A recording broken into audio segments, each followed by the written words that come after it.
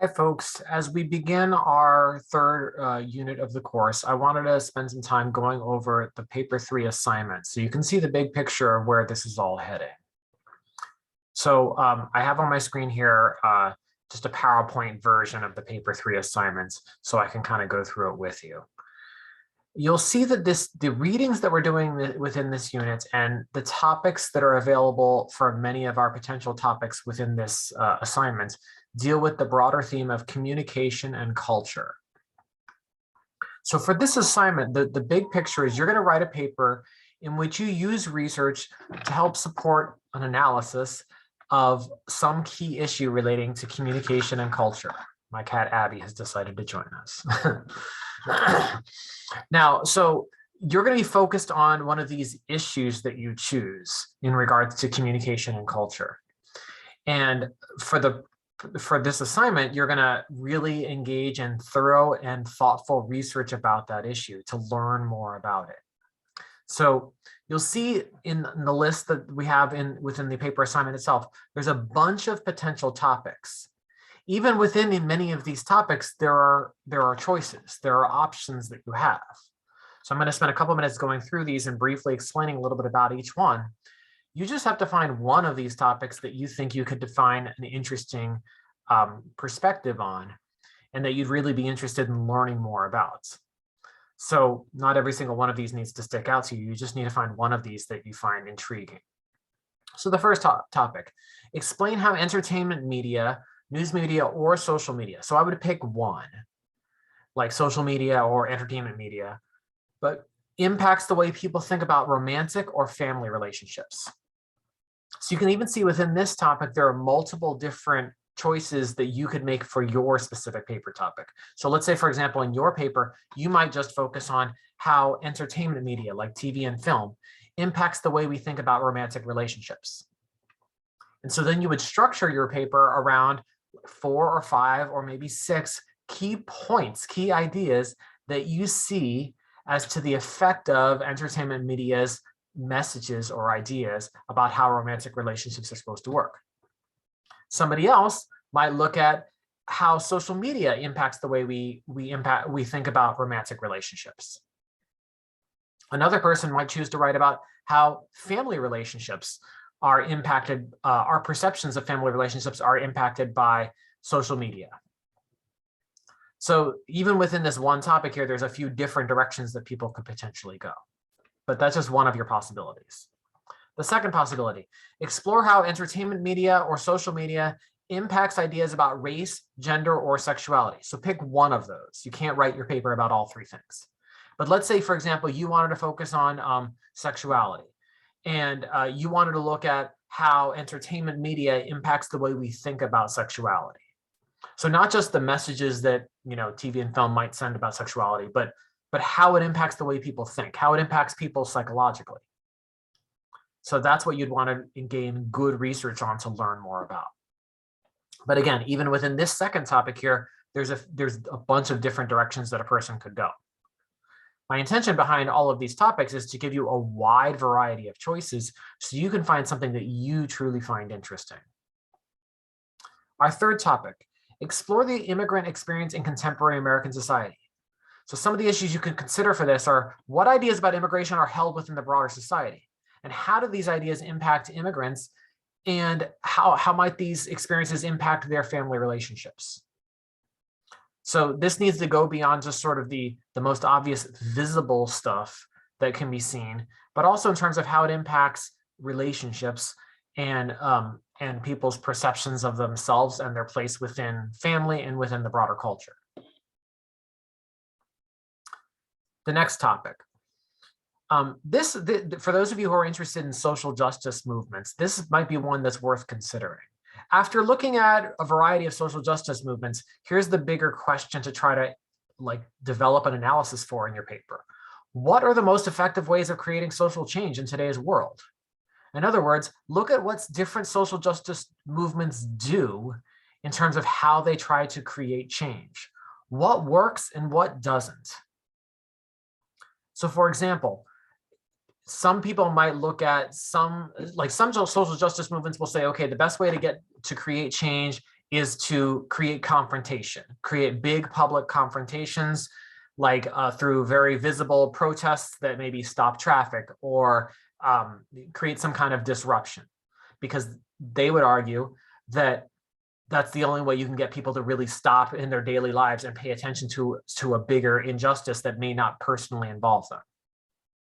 Others may argue, okay, the most effective way of creating social change is to go through the court system and try to win victories in court cases.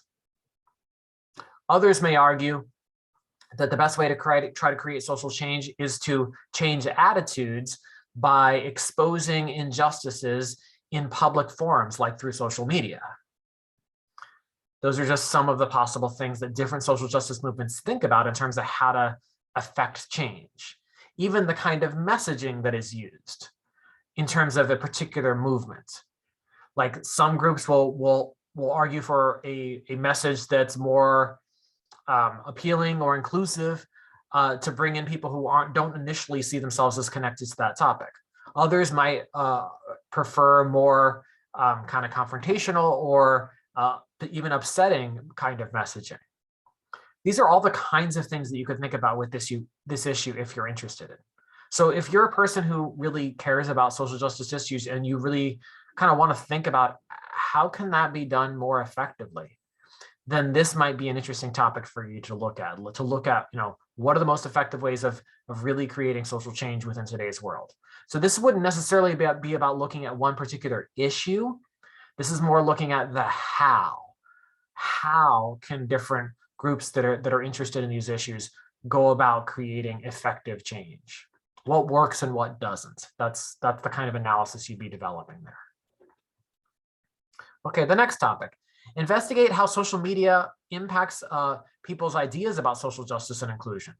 So in other words, think about like social media has had a massive effect on the way we as a culture talk about social justice issues. If nothing else, when grave, horrible injustices happen and they're caught on people's phones, it gets out there to the wider world. Just for example, there have been many, many, many cases of police brutality throughout history. These are certainly not new in American culture. What's new in the last number of years is that a lot more of it has been caught on camera. And that's gotten people to focus much more on the issue. There are far fewer incidents of police brutality in today's time than there were 30 or 40 or 50 or 60 years ago. The difference, of course, is that there's much more public conversation about trying to change that. And social media has been an enormous driver of that because of people's ability to share these experiences through social media. So, and that might be true with many other kinds of issues in regards to, injustices that may occur within society.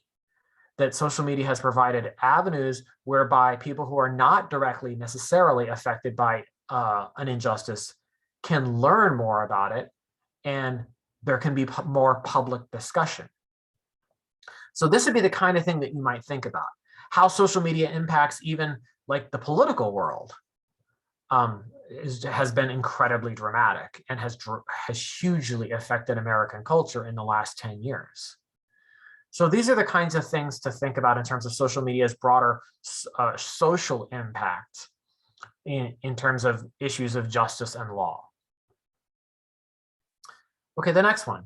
Examine how social media, or just the internet in general, impacts the way people think about sexual activity and relationships. Obviously, there is a much easier access to sexual images and information about sexual activity in online spaces than there was before those online spaces existed. So this is asking us to kind of engage in a serious analysis of how does this then impact the way people think about sexual activity in terms of what it means in terms of relationships, and what it may mean in terms of the way people think about themselves. So this, if you're interested in this topic, this would be kind of engaging in more a kind of serious analysis of the psychological effects and maybe the social effects of ideas about and images and other kinds of things related to sexual activity that are present on social media and the internet. Now, even with this kind of topic, it may be more complex than it initially looks. Honestly, it'd be really easy to write the paper that basically says like online porn is bad for people. Well, yeah, that's kind of obvious in a lot of ways. But there's also a lot of stuff about sex that's available online that might be helpful to people, that might help get rid of misperceptions, that might help people become more educated in terms of being responsible. That might be information that they might not otherwise have access to in their schooling or in their families, because those things may not come up in those kinds of circumstances. So with any of these kinds of topics, don't worry so much about like labeling the effects of something as positive or negative. Sometimes they might be a little bit of both at the same time. And it's okay to talk about both sort of positive and negative effects at the same time in the same paper. That's what true analysis does. It looks for complexity, sometimes when things aren't so simple. But the good part is that gives you more to write about. That gives you more insights to develop. Okay, the next topic here. Analyze how popular culture represents the relationship between economic class and family, or economic class and romantic relationships. So look at the stuff that you see in TV, film, social media, etc. And like, do you see messages that those things are sending about people's economic class in terms of what that means for their romantic relationships?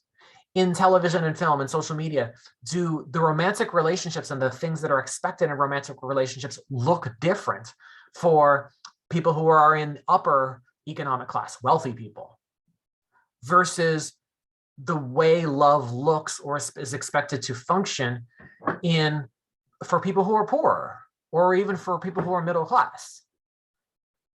If you follow celebrities on social media, you're going to see them kind of performing their romantic relationships on social media. And of course, the way they perform their romantic relationships is going to look different than the way an average person performs their romantic relationships. You might show that special someone in your life that you love them by taking them out to a movie and getting them ice cream, or just by spending time with them and chilling on the couch and watching Netflix.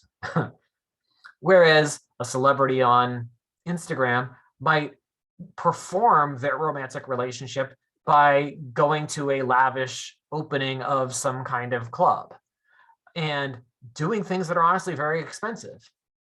There might be an economic association with how love works in terms of the way it's being performed or shown to the public. So this is worth thinking about in terms of how it impacts our perceptions of what romantic relationships might look like according to economic class.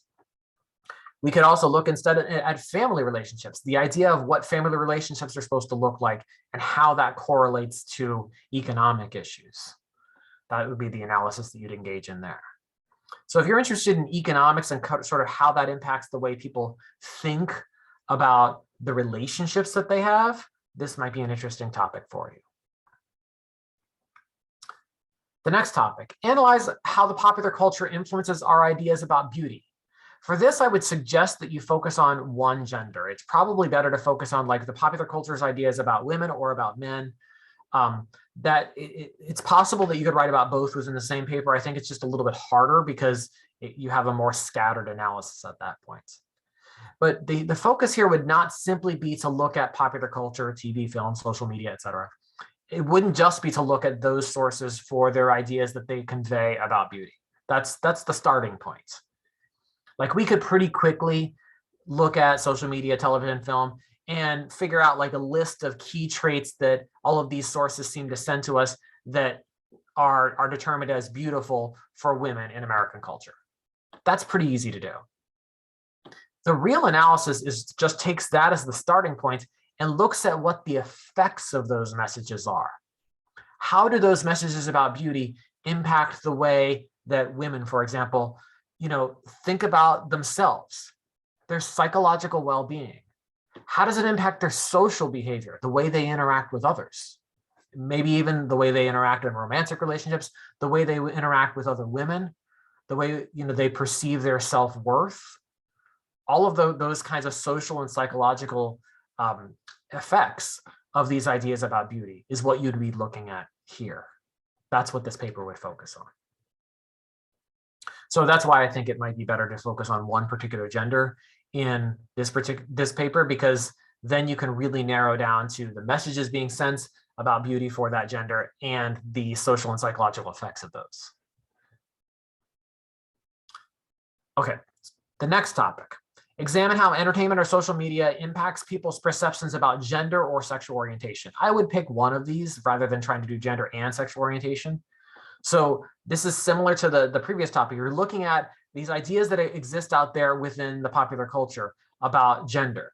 How do these messages that are being sent about gender, how do they impact the way people think about themselves, about their relationships with others? The same would be true if you look at sexual orientation. How do the messages that the culture sends, like through entertainment and social media about sexual orientation, how does that impact the way people think about themselves? What are the psychological effects of that? So all of these kinds of topics, when you see like this discussion of social and psychological effects, it requires you to engage in thoughtful analysis yourself, but you also have to find good research where experts in these fields have really analyzed the psychological effects of these ideas. Okay, the next one is a topic that if you're more interested in business type topics, maybe this might be more intriguing to you. Investigate how social media influences people's perceptions about professionalism within the workplace. So if you're interested in looking at how workplaces function, this would be examining how social media, not just how businesses use social media, but how workers use social media and how it impacts their perception of what the work relationships are supposed to be like, what the workplace itself is supposed to be like. To think about this for a moment, even before we end up in a particular job, a lot of the ways that we get our ideas about the world are the things that we see through social media. So when we see like jobs being represented on social media, we often see only the glamorous parts of those jobs, right? We don't really necessarily get the day-to-day parts of that job really being seen. If you think about the people that you know in your life who have jobs, you probably don't actually learn about a lot about what they do in their daily activities as part of their jobs through social media. You probably get very small elements of that.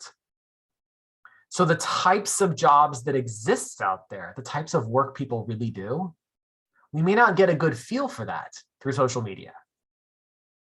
Especially if through social media, we see a lot of rich and famous people, because the types of jobs that they have are probably very different and look very different than the jobs that regular people do, that middle-class people do, and that poor people do. And of course, that's the vast majority of the population.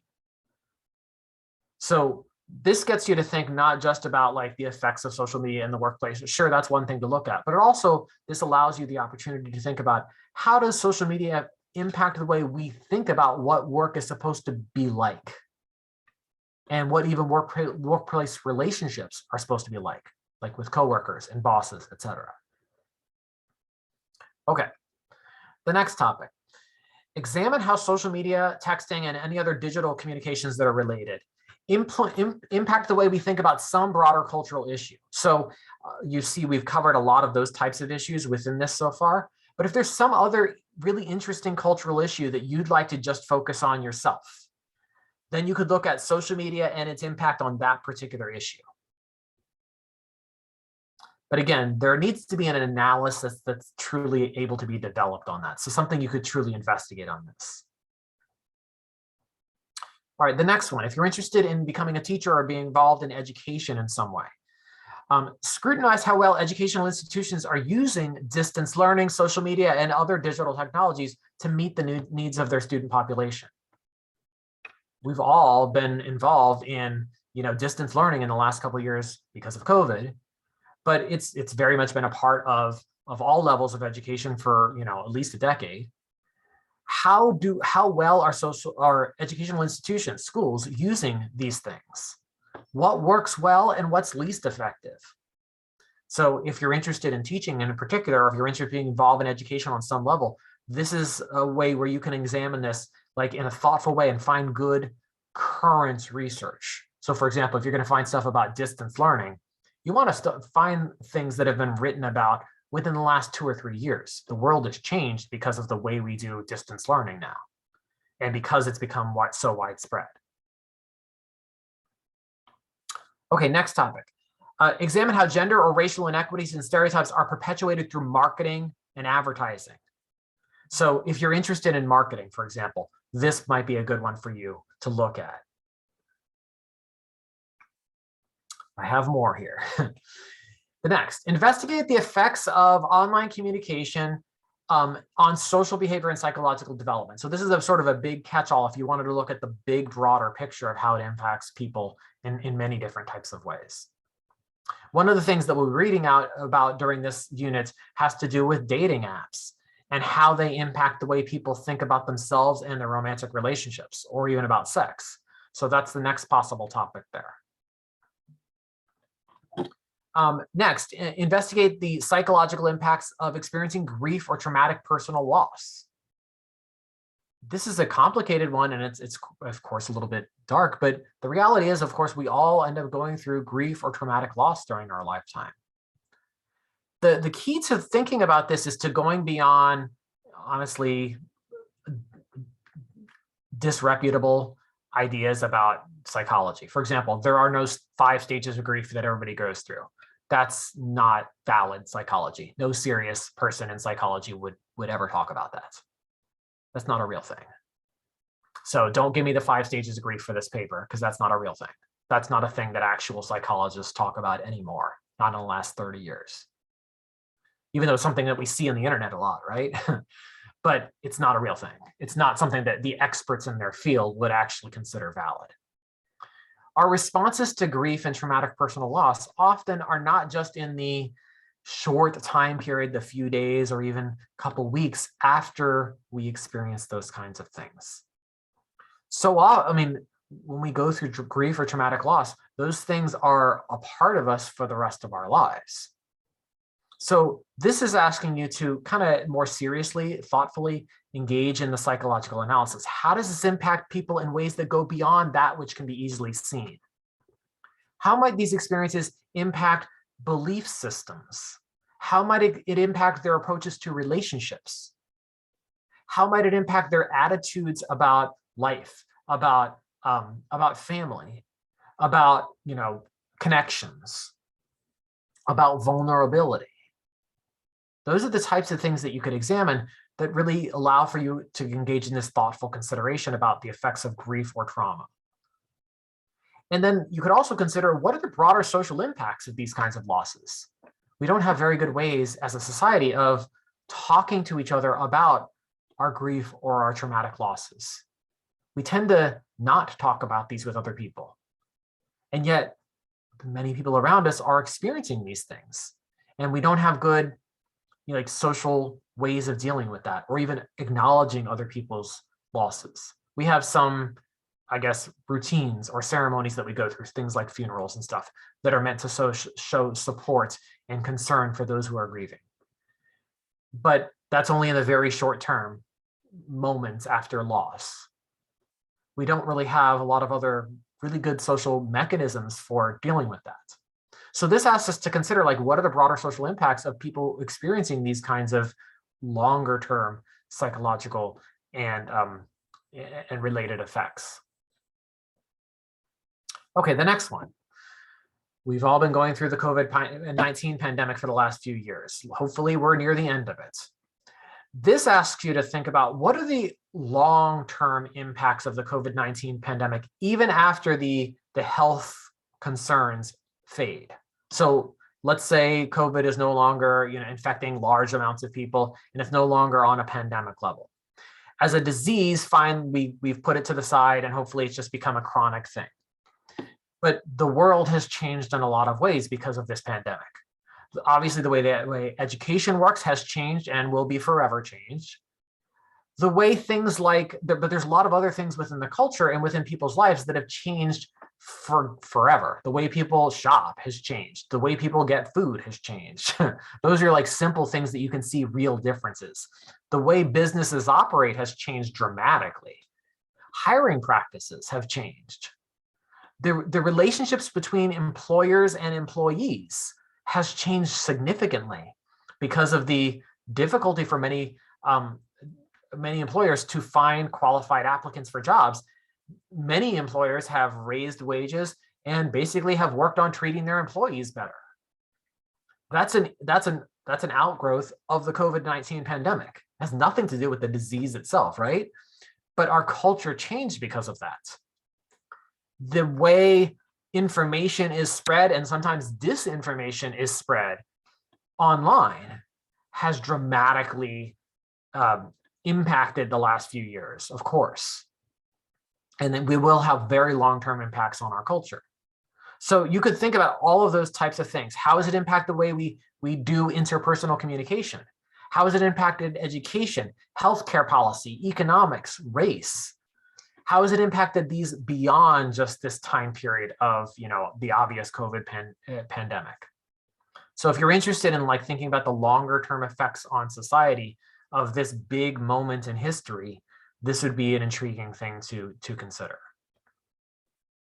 Now, you can see with all of these topics, there are variations, there are directions that you can go in. You can create a variation on any of these possible topics. My intention with all of these topics is hopefully for you to find something you find truly interesting so that you can really deeply learn more about that particular issue and develop a thoughtful analysis. You don't have to be an expert on all of these things. You do have to get to the point where you're very well informed about at least one of them. And you can write a really thoughtful, intelligent, well-informed piece of writing about it. So the paper that you're going to develop here is going to be at least 1,000 words. You're going to do proper MLA formatting. You are going to use research for this paper. So as you see within this unit, you are learning more about how to properly research for college level research sources. Now I'm going to say something very blunt and I want it to get across. Google is for children, okay? College level students do not go to Google and find research sources. That's for kids. It's for 5th graders. I'm being incredibly blunt here because I want to get across the point. The vast majority of what you find on a Google search, especially with these kinds of topics, is going to be junk. It's going to be stuff that's not written by people who are experts in their field. When you're doing college level research, you always need to make sure that what you're finding is useful, insightful, and analytical, and it's written by people who are experts in their field. So that's what we talk about as credibility, that the person has the credibility to be considered a master of their topic. So usually what that means is the person has to have earned at least a master's degree or a doctorate within that particular field. You can find lots of stuff on the internet where people have written about these topics, especially these kinds of topics, where they don't actually have any expertise. Even if what they're saying is very interesting, it still doesn't make them a qualified source for you to cite in a college level paper. So the vast majority of your research should not be conducted on Google. Again, that's for kids. And I'm being blunt with you. In your college classes, when you turn in papers where you get just random sources from the general internet, it comes across to your professors as immature writing. The good news is, so you might be thinking, oh gosh, what do I do? Okay, don't worry, I'm going to teach you. Inside of this unit, we have lessons on how to find legitimate quality research sources. And at the end of this video, I'll very quickly walk you through the steps. It's incredibly simple. There are library databases of articles. There are millions, tens of millions of articles that are only available through library databases that are written by experts in their fields. That's because experts within all of these major fields, when as an expert in a field, if you publish something, you publish it through these digital journals and magazines that are only available through these databases. Most of them are not available on the general internet because they cost money. They're subscription based. But experts in their field, professors, other doctors and such, people who are experts in their field, they publish through these digital databases. You have access to these databases as a student at Broward College. And I'll show you really quickly how to actually do it today as part of this video. We'll get there in a moment. So you're going to have at least 3 research sources, these quality college level research sources truly used and incorporated in your analysis. The point of the research is not just to have a few quotes in your paper that, seem to relate to your topic. The point of the research is to learn more about your topic so you become well informed. That's the real intention. So you're going to go through your research process and then actually read the articles. And if they're useful, keep them. Keep the ideas. Note the key points that you've learned by reading that article. If you read the article and you're not understanding it, then don't bother. Put it aside. Find another article. The point of this is to truly learn more about your topic. That's why research is part of this process, so that you can then support or back up the key ideas that you're developing in your analysis with insights that you find in the research process. Now, since you're going to be using research as part of this paper, part of what you learn within this unit is how to properly incorporate that research, how to properly give credit, how to properly quote, or how to properly paraphrase, because they're different things, and how to make sure you're making the distinction clear. All of that is taught within this unit. So the lessons within this unit on the research process are extremely important to really fully master. You're very much being graded on that. If you don't credit your sources properly, you might be guilty of plagiarism, and plagiarism would result in failing the course. That won't happen if you do the stuff that I'm teaching you in our lessons. So don't worry, I'm teaching you all of it. You just got to actually go through these lessons. Okay, a couple tips just in terms of how to approach this process. Don't try to recycle a paper that you previously have written. Okay, I've seen some students do that in the past, and it's counterproductive. First of all, that defeats the point of being in a college class. Secondly, honestly, even if you've written about a topic that sort of relates to one of the things that we've brought up here in these possible topics, I guarantee you that what you did in that paper is not the same thing that I'm asking you to do. Secondly, if you recycle a paper, it will show as essentially self-plagiarized. If you can't do that, you have to write an original new piece of writing for this course. Next, don't rely too heavily on one research source. You're going to be developing your own ideas that are informed by a variety of research sources, but don't make your whole paper essentially just like summarizing what one particular expert said, because then I might as well just go read their thing instead of reading your paper. Your paper needs to utilize multiple sources and your own thoughtful, intelligent analysis based on all the stuff that you've learned. So the key ideas within your paper, your thesis statement, your topic sentences, those are going to be your words and your ideas. The ideas that you may have developed or insights that you've developed from the stuff you've learned in your research process, but it's your sentences. You're explaining it in your own thoughtful way. Okay. The other thing I could just point out, like when you think about a research paper, it's not the same thing as maybe a report, especially at a younger level. We often do factual reports where the intention is just go find all the information you can about this topic and report it out. I sometimes refer to that as an information dump. That's not what this is. Instead, you're structuring your paper around 4 or 5 or 6 key effects of the issue that you're talking about.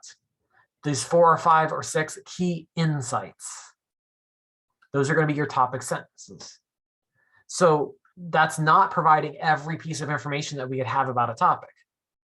That's focusing on the 4 or 5 or 6 key things that you've identified as the key things that need to be dealt with in terms of that topic. Okay, as part of our writing process for this paper, you're going to submit a short paragraph. This is called the paper topic paragraph. The paper topic paragraph is simply a 2, 3, 4 sentence paragraph in which you say, in this paper, I plan to discuss or I want to write about, and then you explain the topic that you've chosen in your own words. So don't just copy and paste the thing I had in this paper assignment. I need you to explain it in your own words, because as you've noticed, as I was talking about each of those topics, they all have a variety of variations. There's different directions you could go within each one of those topics. I want you to now tell me which direction you've chosen. Okay, so explain your intended topic in your own words. You're going to submit that. You'll see the deadline for that within the syllabus. You're going to submit that, and then you're going to get my feedback. My feedback is going to be suggestions on how you should proceed. Okay, so once you've decided on your topic, go ahead and submit it. You can submit it early. You don't have to wait till the deadline. Submit it early and you'll get feedback from me pretty soon after, usually within a day or two. And my feedback is going to be just some suggestions on things to think about with that specific topic. I might give you some questions to think about that you can use to help, develop your topic sentences. My intention is to give you very personal, customized feedback on the specific thing you've decided to focus on. So that's the first step in the process. That makes sure that you've really thought about your topic, you've done some research on it, so to make sure you feel comfortable with it, and you've decided, you've committed on a particular focus. The next step is the outline worksheet. Just like we've done previously in our course, you're going to develop at least 4 topic sentences and your thesis statements. And I'm going to give you detailed feedback, and I'm going to keep giving you feedback until it's perfect. So if it's not perfect on the first time, I'll give you a grade that says it's not perfect, and I'll give you a lot of feedback, and then you'll use my feedback and you'll do a revision and you'll submit that revision and keep submitting until it's perfect. You've got to get your thesis and your topic sentences to be right, to really work effectively before you can try to write the paper. So that's why I put all this time and effort into, giving feedback to people as they do revisions of that. And that's also why when you turn in your outline worksheet, I grade them right away. If you've all noticed that I respond within 24 hours to that, because I want you to be able to get on top of that, because I know you need to move to the next step, whether it's doing a little bit more revision of that thesis and topic sentences, or whether it's moving to the next step of writing the paper itself. But that step, the outline worksheet step, is crucial, and doing any revisions along that way is really crucial to your success with this paper. And that gives me the opportunity to give you specific personal suggestions on how to develop those elements effectively, so you're going to have a really strong paper.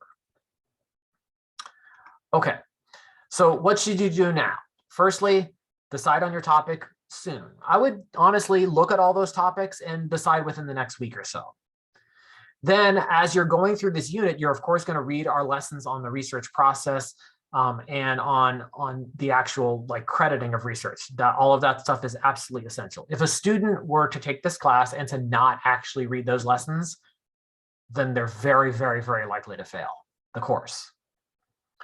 This is absolutely an essential portion of our course. These are my lessons that I've included here. This is me teaching this stuff to you.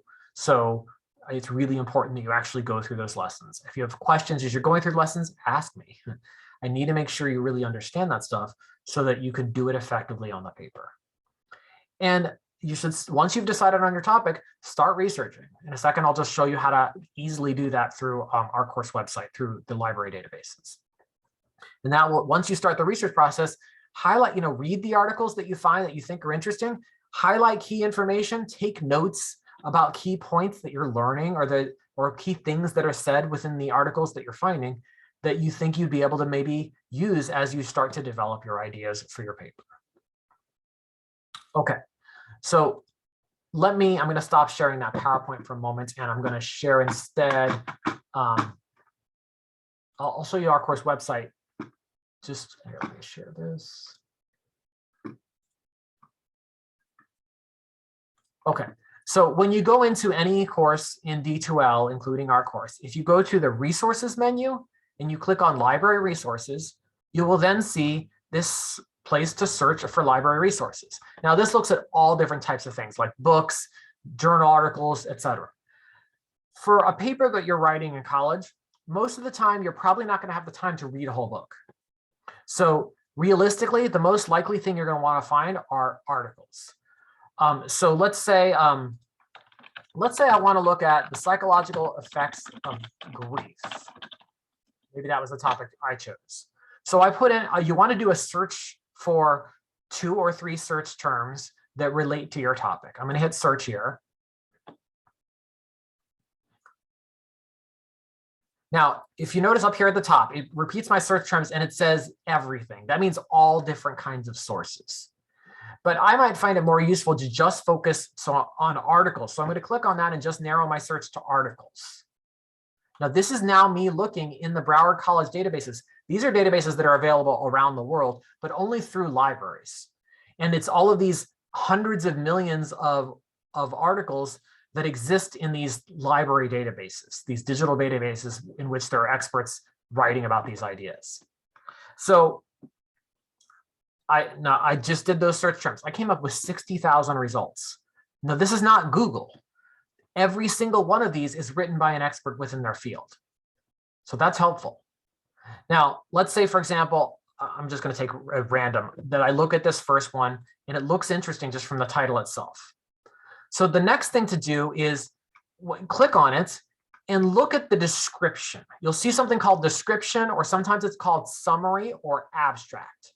That's just a one paragraph, summary of what the article is about. It's not the actual article itself.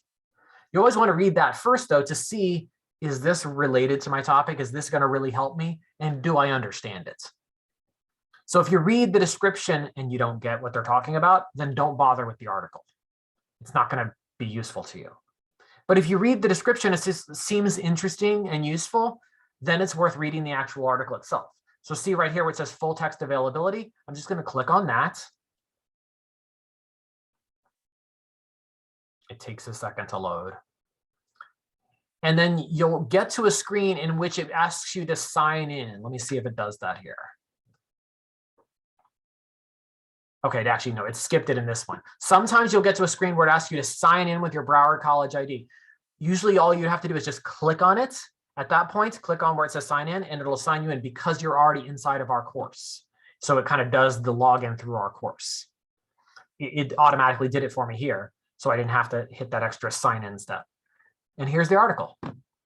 So now I can start reading it, and I can download it.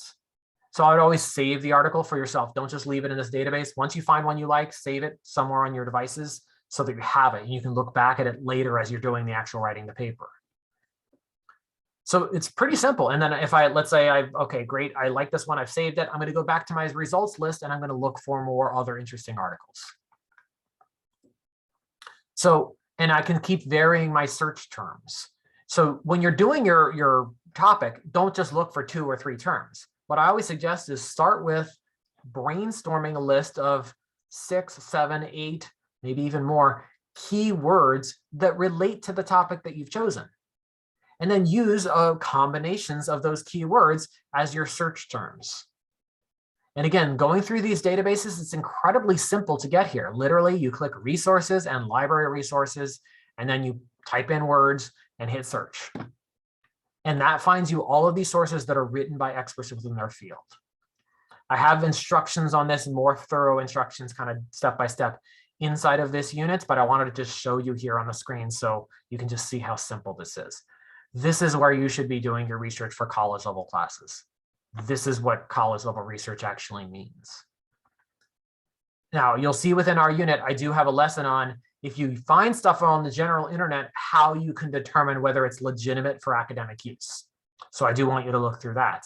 But that's honestly, it's a much harder process to determine whether something is legitimate from the general internet. The best place with these kinds of topics is to go into these library databases, and because every single thing that's in these library databases, in the journal article databases, is written by experts in their field. Okay, so that's everything that I wanted to share with you as we start this unit. I hope this has been helpful. If you have questions as you're working through the process, always feel free to email me and I'll be happy to give you a response right away. Okay, take care, folks.